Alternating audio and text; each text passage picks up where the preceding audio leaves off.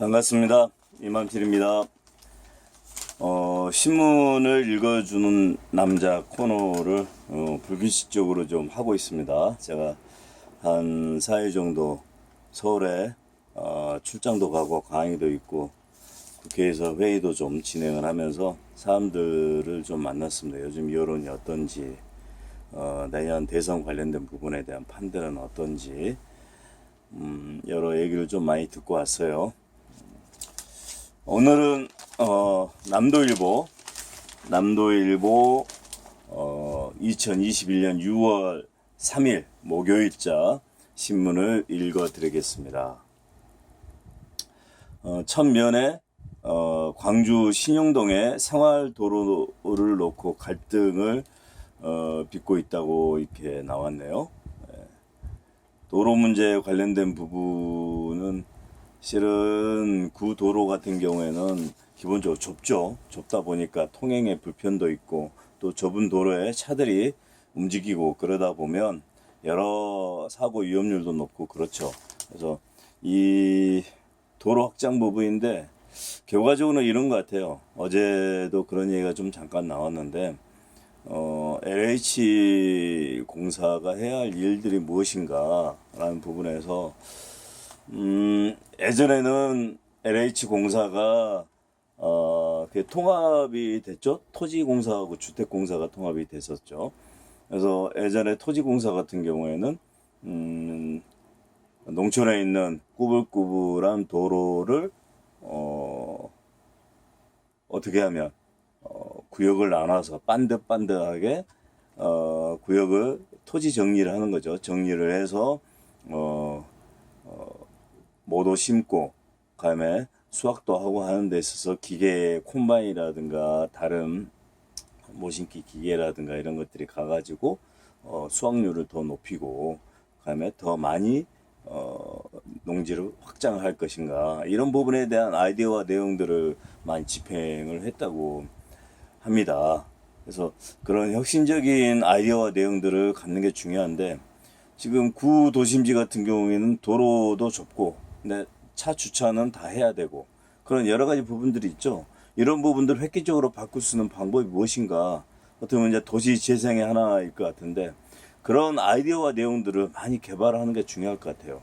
어떻게 신속하고 또 편리하게 도시 재생을 해낼 것인가 원주민들을 그대로 두면서 어떻게 하면 도시 환경, 생활 환경의 구조나 이런 것들을 잘 풀어갈 것인가 라는 것들이 굉장히 중요할 것 같습니다. 그런 부분에 집중을 해야지 내부 정보 활용해 가지고 땅 투기나 하려고 하고 그러면 안 되겠죠.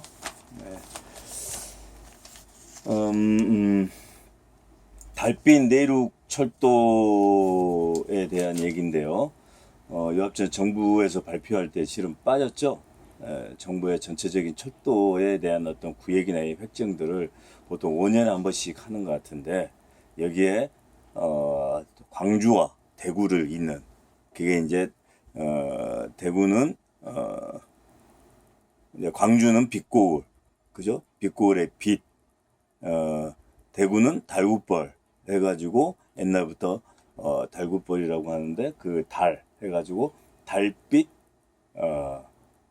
말을 달빛 동맹 이런 말들을 많이 쓰죠. 저번에 코로나 때도 우리 광주에서 병상이나 이런 것들을 제공을 대구에 그 코로나 확진자들에게 해가지고 뭐 좋은 평가도 받고 어쨌든 영원함이 화합을 해야 되는데 그런 시도들을 많이 하고 있습니다. 그런 상징적인 의미로 이제 달빛 동맹 다음에 제안했던 지금 88 고속도로가 있는 것처럼 그 구간을 달빛 내륙 철도를 만들자. 만약에 내륙 철도를 만들어서 KTX로 가게 된다 하면 거의 한 20분에서 30분 정도 소요되지 않을까요? 굉장히 빠르게 대구를 갈 수도 있을 것 같아요. 그래서 전에는 대구의 약재 시장이라든가 이런 데에서 광주에서 또 호남 지역에서 가고 그런 교류들을 예전에는 활발하게 많이 했다고 합니다. 근데 어쨌든 정치적으로나 또 여러 가지로 잘못 사용이 되고 또 정치적으로 이용이 되다 보니까 우리 영호남에 대한 갈등이라는 부분이 있는데, 이제는 영호남이 서로 화합할 수 있는 어떤 내용들을 만들 필요가 있는데, 달빛 내륙 철도 부분이 당정 우리 더불어민주당이 있죠. 더불어민주당과 그다음에 청와대가 지원 사격을 할 수 있을 것이다 라는 어떤 기대감을 지금 주는 기사가 실렸네요. 개인적으로는 꼭 있었으면 좋겠습니다. 뭐 대구에 예전에는 제가 1년에 한 10번 이상을 갔었는데, 대구 같은 경우에는 섬유 관련된 부분에 이런 어떤 내용들로 굉장히 많이 발전된 도시였는데, 경제적으로 어려워지고 그러다 보니까 타격을 많이 받고 있어요. 대구도 경제적으로 좀 어려움이 많습니다. 우리 뭐 광주는 말할 것도 없는데, 그래서 그런 부분들을 좀 타개하고 서로 활발하게 교류하면서 지역 경제 활성화를 하는데, 굳이 서울로 꼭 가지 않아도 대구나 광주로 서로 이동하면서 활발하게 교류를 한다면 서로 도움이 되지 않을까 생각이 듭니다. 송영길 대표가 조국 관련된 부분에 대해서 통찰하게 반성한다라고 얘기를 했었죠. 물론 이제 그 뒤에 조국 수사하는 것만큼 윤석열도 수사를 그렇게 받아야 된다 뭐 이런 얘기도 하고 그랬었는데, 아무튼 이 문제 때문에 조국 관련된 문제 때문에 소위 얘기해서 친문 쪽 또 조국을 지지하는 쪽에서 굉장히 많은 비판적 댓글을 많이 받고 있는 것 같아요. 또 일부 의원들은 왜 조국에 대해서 아직도 사과를 해야 되고 그래야 되냐, 법적으로 판단을 받고 조국도 개인적으로 사과를 많이 했다 이제 이런 얘기들 하는데, 저는 포커스가 좀 다르다고 생각합니다. 얘기는 뭐냐면, 지금 조국을 얘기할 게 아니라 그 당시 그 정부의 시스템에 대해서 문제를 지적하고 싶은데, 예를 들어서 법무부 장관과 검찰총장이 갈등을 일으키고 있다. 그러면 그 갈등을 조화롭게 만들어내고, 때로 필요하면 조화가 안 되면 과감하게 쳐내고 다시 질서를 만드는 게 대통령입니다. 문재인 대통령의 역할이 더 크다는 얘기죠. 그런데 그 밑에 장관이라든가 검찰총장 직접 대통령이 임명을 했죠. 그러면 문제가 있으면 지적을 하고, 또 문제가 있으면 같이 하나로 내용들을 정리할 수 있도록 유도를 하고, 그래도 안 되면 둘 중에 하나는 잘라야죠. 아니면 둘을 자르든지. 그런 권한이 대통령에게 있는 겁니다. 그런 그 정치적 판단이라는 거 이런 것들은 대통령이 하는 거고, 그런 부분을 봤을 때 그 당시 조국 사태의 가장 핵심적인 부분은 조국이 가족이 어떤 비리를 저지르고 뭔가 문제가 있고 이런 부분도 중요하겠지만, 중요한 것은 문제가 있는 건 문제 있는 대로 드러내서 잘못한 부분이 있으면 법적인 처벌을 하면 되는 거고, 그 다음에 검찰총장에게 지시를 내려서 이건 이거고 저건 저러고 라고 할 필요도 있겠죠. 검찰에 간섭하는 부분에 대해서는 대단히 문제가 있다고 생각이 되지만, 그렇지만 대통령이 갖고 있는 권한 하에 자신이 정치적 판단을 하고 그다음에 인사권을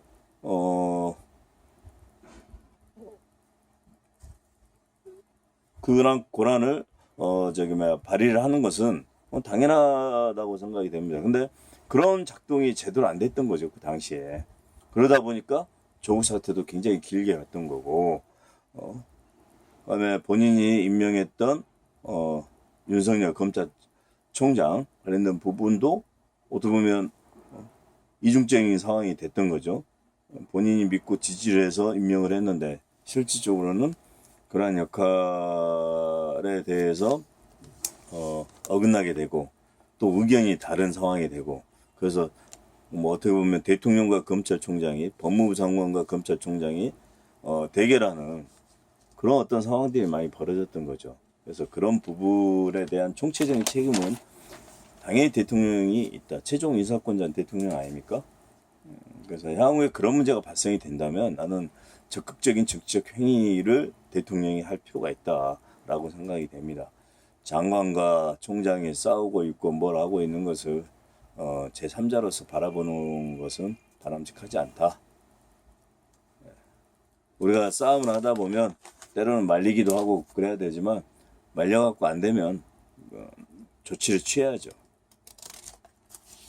그럼 지금 광주 시민권에서는 해양에너지 인수를 맥쿼리가 하려고 하는데 이에 대해서 저지해야 된다라고 시민대책위가 구성이 돼서 강하게 싸우고 있네요. 맥쿼리 얘기하면 제2 순환도로 관련된 부분에 대한 내용도 있는데 시장이 자유롭게 움직이는 것도 중요하지만 필요할 때는 잘못된 흐름에 대해서는 일정 정도 지자체가 또 정부가 개입할 필요가 있는데 지자체에서도 좀 적극적인 행위가 필요할 것 같아요. 이런 부분에 대해서는.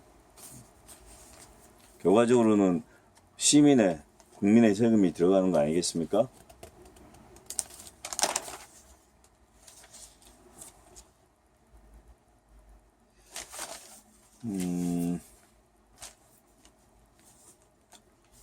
이건희 회장이 미술품들을 많이 사회에 기부를 했죠. 굉장히 뭐 중요한 국보급 미술도 있고 그렇다 하는데 이 부분에 대해서 유치하기 위해서 여러 군데서 노력을 많이 하고 있는데 여수라든가 하동 이런 데 부분에서도 좀 유치를 하려고 하고 그런 것 같네요. 그 많은 그림을 어떻게 전부 다 수집을 했을까요? 돈의 문제인데 미술품이 때로는 세금을 피해가는 어떤 방식으로도 많이 사용이 됐다라는 게 많이 알려져 있고 그렇기 때문에 기부한 것은 좋은 일인데 좀 씁쓸합니다. 나주에서 의병의 산시, 나주에서 의병의 날 기념식을 갖는다고 합니다. 호국 보훈의 달 6월 첫째 날로 지정을 해서 광주 광산구에서 의병의 날 해가지고 행사를 많이 하고 그러는데 나주에서도 이런 부분에 대해서 적극 들고 일어났네요. 좋은 일이라고 생각이 됩니다. 의병은 향후에 호남의 정신을 대표할 수 있는 가장 중요한 키워드라고 생각을 하고요. 이에 대한 연구라든가 발굴이 지속적으로 이루어졌으면 하는 바람입니다.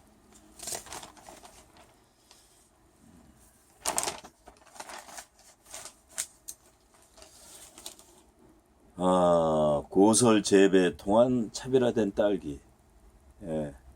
귀농 관련된 프로젝트라든가 이런 것들 많이 하고 그러는데 농사 짓는 게 쉬운 일이 아닙니다. 저도 어렸을 때부터 부모님이 농사를 짓고 평생을 사셨고 농부의 아들로 보내면서 학교 다니면서 일 거들어 달라 했때 실은 효자가 아니다 보니까 많이 짜증도 내고 했어요. 어렸을 때.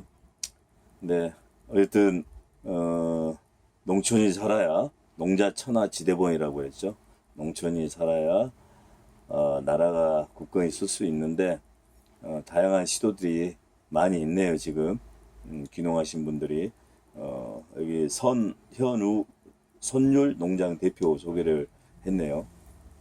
개인적으로 딸기를 엄청 좋아합니다. 그래서 요즘에는 과일을 사시사철 다 먹지 않습니까? 그 때에 맛있는 과일이 있고 그러는데 그렇지만 요즘에는 기술이나 이런 것들이 먹는 기술이 많이 발전해가지고 언제나 맛있는 과일들을 먹을 수 있게 돼 있는데 아무튼 귀농하신 분들 충분한 교육과 학습을 받고 귀농을 해서 모두 다 성공했으면 좋겠습니다. 이상으로 신문을 읽어준 남자 인사드리겠습니다.